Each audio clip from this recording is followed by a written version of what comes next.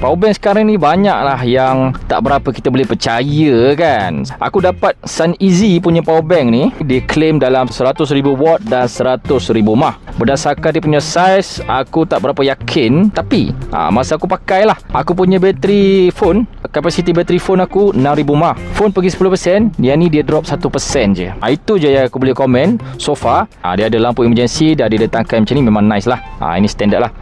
Ok, ini lampu emergency light.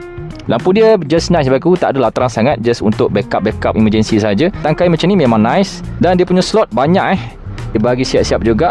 USB-C punya yang memang dah built in dalam ni, dan boleh juga dicabut. Yang ni boleh cabut sebagai extra. Kalau korang tak nak pakai yang dia punya ni, korang boleh pakai yang lubang yang ni, fast charging punya slot.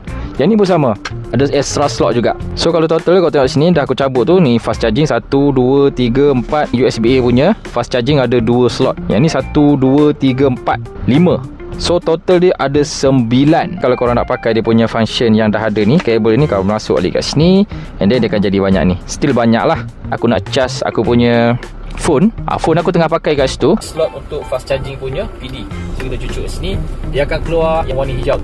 Yang di hijau tu dia punya fast charging. Okay, kalau kita tukar slot, ini slot biasa punya, slot yang bukan fast charging, kita try tengok sini, dia keluar tak yang hijau tu.